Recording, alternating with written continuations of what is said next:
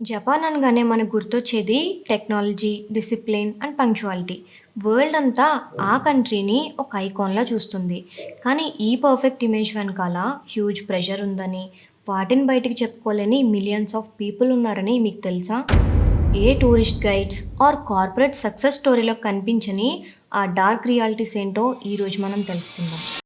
మీకు కనుక content valuable అనిపిస్తే వీడియోని లైక్ చేసి ఛానల్ని సబ్స్క్రైబ్ చేసుకోవడం మర్చిపోవద్దు. పైకి కనిపించేంత పర్ఫెక్షనే కాదు, లోపల అంతకు మించిన ఇంపర్ఫెక్షన్స్ ఉన్నాయి. సో వాటిలో మెయిన్ థింగ్స్ గురించి మాట్లాడుకుందాం. ఫస్ట్ థింగ్, గమాన్. జపాన్ సూసైడ్ రేట్లో వరల్డ్లోనే టాప్లో ఉండేది. ఈ మధ్య గవర్నమెంట్ కొన్ని యాక్షన్స్ తీసుకోవడం వల్ల కొంచెం కంట్రోల్ అయింది. కానీ ఈ ప్రాబ్లం ఇంకా అలానే ఉంది. వాళ్ళకి సూసైడ్ ఫారెస్ట్స్ ఉన్నాయంటేనే అక్కడ సిచ్యువేషన్ ఎంత దారుణంగా ఉందో మనం అర్థం చేసుకోవచ్చు. అయితే దీనికి రీజన్ ఏంటంటే, main problem mental health stigma. అక్కడ ఎవరైనా డిప్రెషన్లో ఉన్నా, స్ట్రెస్ ఫేస్ చేస్తున్నా దాన్ని ఒక వీక్నెస్ లాగా చూస్తారు. అంటే దాన్ని మీరు పక్క వాళ్ళతో షేర్ చేసుకోవడానికి కూడా ఉండదు. ఎందుకంటే వీక్ పీపుల్ మాత్రమే సైకలాజికల్ హెల్ప్ తీసుకుంటారనేది వాళ్ళ ఒపీనియన్. దీన్నే గమాన్ అంటారు. అంటే ఇంగ్లీష్లో ఎండ్యూరెన్స్ ఆర్ డిగ్నిఫైడ్ పేషెన్స్ అని చెప్పొచ్చు. ఒకప్పుడు టఫ్ సిచ్యువేషన్స్ ఫేస్ చేయడానికి ఇదొక పాజిటివ్ క్యారెక్టర్లా ఉండేది. బట్ ఈ మోడర్న్ హై ప్రెషర్ సొసైటీలో ఇదొక ఎమోషనల్ బ్లాకేజ్గా మారి జపాన్ డార్క్ సైడ్కి రీజన్ అవుతుంది. అందుకే చాలామంది వాళ్ళ పెయిన్ని కూడా ఎవరికి ఎక్స్ప్రెస్ చేయకుండా లోపలే దాచుకుంటారు. ఎమోషన్స్ చూపించకుండా నంబైపోతారు. ఈ ఐసోలేషన్ వల్ల చివరికి సూసైడ్ ఒక్కటే సొల్యూషన్ అనుకుంటారు. 2023లో జపాన్లో 21,800 మెంబర్స్కి పైగా సూసైడ్ చేసుకున్నారు. G7 కంట్రీస్లో హయ్యెస్ట్ సూసైడ్ రేట్ ఉన్న కంట్రీ జపాన్. ఈ ఇష్యూ పైన గవర్నమెంట్ ఇప్పుడు కౌన్సిలింగ్ సెంటర్స్ పెట్టింది. కానీ కల్చర్ చేంజ్ అవ్వడం అనేది సడన్గా అయ్యే పని కాదు కదా. ఇంకొక థింగ్, కరోషి. కరోషి అంటే డెత్ ఫ్రమ్ ఓవర్ వర్క్ అని అర్థం. ఇది జపాన్లో ఒక లీగల్ టర్మ్. చాలామంది ఎంప్లాయీస్ నెలకి 100 నుంచి 150 గంటలు ఓవర్ టైం చేస్తారు. లాంగ్ అవర్స్ వర్క్ చేయకపోతే కంపెనీకి లాయల్గా లేనట్టు ఫీల్ అవుతారు. స్టాటిస్టిక్స్ ప్రకారం ఎవ్రీ ఇయర్ వందలాది మంది ఈ కరోషి వల్ల చనిపోతున్నారు. గవర్నమెంట్ వర్క్ స్టైల్ రిఫార్మ్స్ కోసం కొన్ని యాక్ట్స్ తీసుకొచ్చింది. ప్రీమియం ఫ్రైడే ఇలాంటి ఇనిషియేటివ్స్ కూడా తీసుకొచ్చింది. కానీ కార్పొరేట్ కల్చర్లో ప్రెషర్ ఇంకా అలానే ఉంది. చాలా కంపెనీస్ రూల్స్ని బైపాస్ చేయడానికి ట్రై చేస్తున్నాయి. నెక్స్ట్ థింగ్, హికికోమోరి, ది లాస్ట్ యూత్. పేర్లో ఉన్నట్టే సోషల్ లైఫ్కి భయపడి ఐసోలేట్ అయిపోయే యూత్ వీళ్ళు. హికికోమోరి అంటే ఇంటికే పరిమితం అయిపోవడం. 6 months నుండి 10 years పాటు వీళ్ళు వాళ్ళ రూమ్స్ నుంచే బయటికి రారు. ఫ్రెండ్స్ ఉండరు, కమ్యూనికేషన్ ఉండదు, పేరెంట్స్ మీదే డిపెండ్ అయ్యి గేమింగ్ ఆర్ ఆన్లైన్లో టైం స్పెండ్ చేస్తూ గడిపేస్తారు. ఈ ప్రాబ్లం ఎంత సీరియస్ అంటే జపాన్లో 1 million కంటే ఎక్కువ మంది హికికోమోరి ఉన్నారని అంచనా. స్కూల్స్, ఆఫీసెస్ పెట్టే ప్రెషర్ తట్టుకోలేక ఇదే సొల్యూషన్లా ఎస్కేప్ అవుతున్నారు. గవర్నమెంట్ వీళ్ళకి స్పెషల్ ట్రీట్మెంట్ సెంటర్స్ పెట్టింది.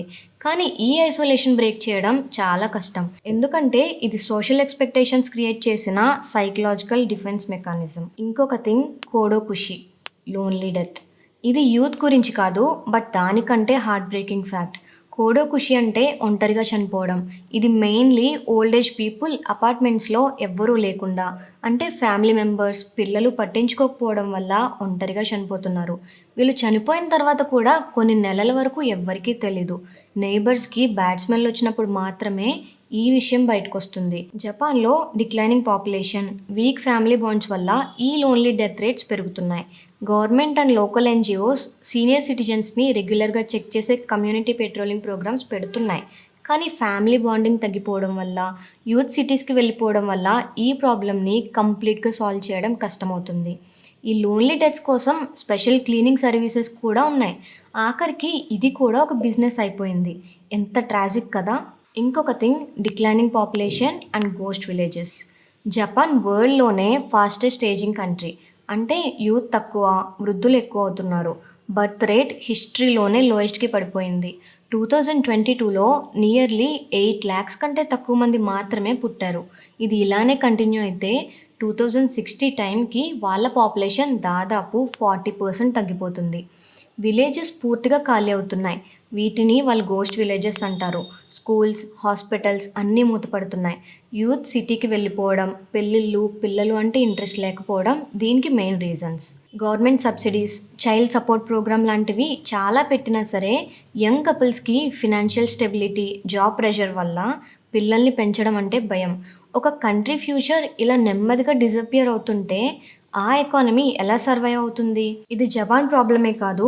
చాలా కంట్రీస్‌లో యూత్ మ్యారేజ్ చేసుకోకపోవడమే బెటర్ ఆప్షన్‌గా చూజ్ చేసుకుంటున్నారు. అనదర్ వన్ అకియా, the abandoned homes crisis. Population తగ్గడం వల్ల వచ్చిన ఇంకో హ్యూజ్ ప్రాబ్లమే ఈ అకియా. అంటే అబాండన్డ్ హౌసెస్. జపాన్‌లో మిలియన్స్ ఆఫ్ హౌసెస్ ఖాళీగా ఉన్నాయి.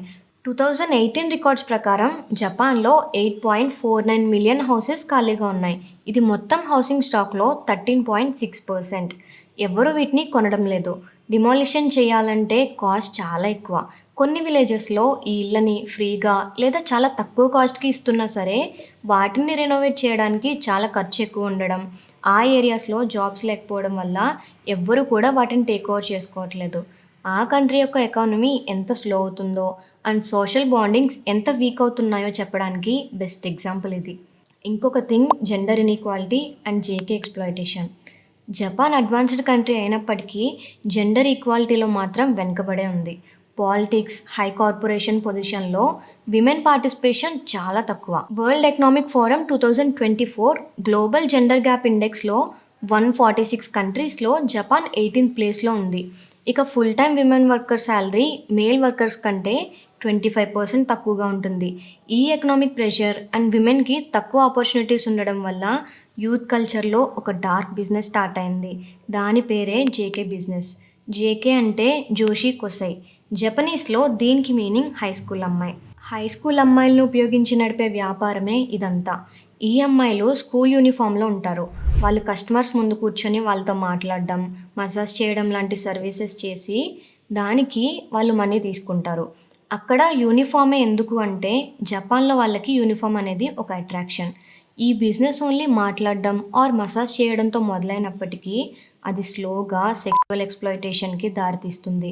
సెక్షువల్ సర్వీసెస్ చేయాలని ఆ అమ్మాయిలపై ప్రెషర్ పెంచడం లేదా బెదిరించడం వల్ల ఒక డార్క్ వరల్డ్‌లోకి ఎంటర్ అయిపోతారు. చాలామంది అమ్మాయిలు పాకెట్ మనీ కోసమో ఆర్ వాళ్ళ ఫ్యామిలీస్‌కి హెల్ప్ చేయడానికి ఈ పార్ట్ టైమ్ జాబ్స్‌లో చేరతారు. ఈ సర్వీసెస్ మాట్లాడడం పేరుతోనే నడుస్తాయి కాబట్టి సెక్షువల్ ట్రాఫికింగ్ చట్టాల కింద వెంటనే యాక్షన్ తీసుకోవడం కష్టమవుతుంది. జేకే ఎక్స్‌ప్లాయిటేషన్‌పై పోలీసులు, ఎన్‌జీఓలు ట్రాఫికింగ్ విక్టిమ్స్‌ని కాపాడడానికి ట్రై చేస్తున్నారు. గవర్నమెంట్ ఇప్పుడు విమెన్ లీడర్‌షిప్‌ని కార్పొరేట్ సెక్టార్స్‌లో పెంచడానికి టార్గెట్స్ పెట్టింది. కానీ ప్రోగ్రెస్ మాత్రం చాలా స్లోగా ఉంది. ఇంకొక మోస్ట్ ఇంపార్టెంట్ థింగ్ యకుజా మాఫియా. ఎక్కడో విన్నట్టుందే అనుకుంటున్నారా? ఎగ్జాక్ట్లీ. ఓజీ మూవీలో చూపించిన యకుజా గ్యాంగ్ గురించే మనం ఇప్పుడు చెప్పుకోబోయేది. యకుజాని జపాన్లో బోర్యోకుడా అని పిలుస్తారు. వాళ్ళు తమని తాము మాఫియా అని పిలుచుకోకుండా నిన్యో డాన్కై అంటే మానవతావాద సంస్థలుగా చెప్పుకుంటారు. 20th సెంచరీలో కొన్ని మెయిన్ యకుజా ఆర్గనైజేషన్స్ లీగల్గా రిజిస్టర్ అయ్యేవి. అంటే గవర్నమెంట్కి వాళ్ళ గురించి తెలుసు. ఇది వరల్డ్లో మరే మాఫియాలో కనిపించని స్పెషాలిటీ. వీళ్ళకి ఆఫీసెస్ కూడా ఉంటాయి. డే టైమ్ లీగల్ బిజినెస్లు చేస్తూ నైట్ టైమ్ ఇల్లీగల్ యాక్టివిటీస్ నడుపుతారు. పోలీసులు వాళ్ళని ట్రాక్ చేస్తూనే ఉంటారు. బట్ కంప్లీట్గా మాత్రం ఎలిమినేట్ చేయలేరు. వీళ్ళు డ్రగ్స్, ఎక్స్టార్షన్, గ్యాంబ్లింగ్ లాంటి ఇల్లీగల్ యాక్టివిటీస్లో ఉంటారు. కొన్నిసార్లు డిజాస్టర్స్ వచ్చినప్పుడు హెల్ప్ చేసి పబ్లిక్ ఇమేజ్ పెంచుకోవాలని చూస్తారు. కానీ వాళ్ళ ఇన్నర్ వర్కింగ్స్ మాత్రం చాలా డార్క్గా ఉంటాయి. గవర్నమెంట్ యాంటీ మాఫియా లాస్ తెచ్చినా సరే వాళ్ళు మాత్రం న్యూ స్టైల్స్లో లీగల్ బిజినెస్ ముసుగులో ఆపరేట్ చేస్తూనే ఉంటారు. ఇంకొక థింగ్ ది కీ కాన్సెప్ట్. ఇది జపనీస్ కల్చర్లో కీ కాన్సెప్ట్ లాంటిది. అంటే హార్మోనీ, పీస్ ఆర్ యూనిటీ అని అర్థం. జపాన్ సొసైటీ అంతా కూడా ఈ కాన్సెప్ట్ పైన నడుస్తుంది. ఇది ఓన్లీ పర్సన్స్ మధ్య ఫ్రెండ్లీగా ఉండడం మాత్రమే కాదు, ఒక company, family, school or country దేని హార్మోనీ కూడా స్పాయిల్ అవ్వకుండా చూసుకోవడమే ఈ కాన్సెప్ట్ ఉద్దేశం. వాళ్ళ ఆలోచనలు, కోరికలు, పర్సనల్ ప్రాబ్లమ్స్ ఆర్ నెగిటివ్ ఫీలింగ్స్ని వేటిని కూడా బయటకు చూపించకుండా గ్రూప్ డెసిషన్స్కి లేదా పీస్కి ఇంపార్టెన్స్ ఇస్తారు.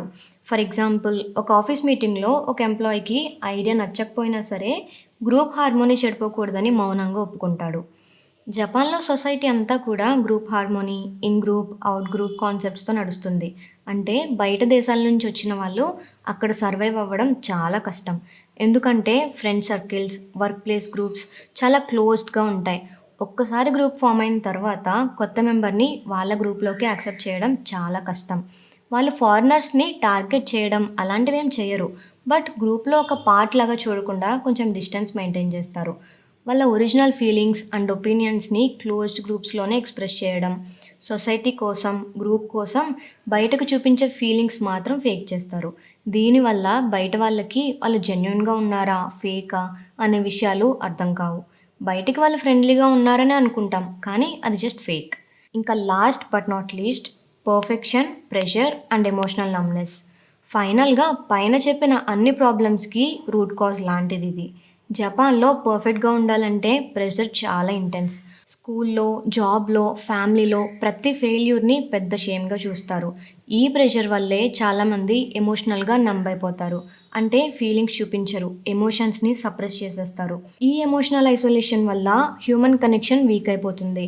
పైకి నవ్వుతూ పొలైట్గా కనిపించినా లోపల మాత్రం డిప్రెషన్, యాంగ్జైటీ ఉంటాయి. ఈ నమ్నెస్ వల్లే సూసైడ్స్, లోన్లీ డెత్స్ పెరుగుతున్నాయి.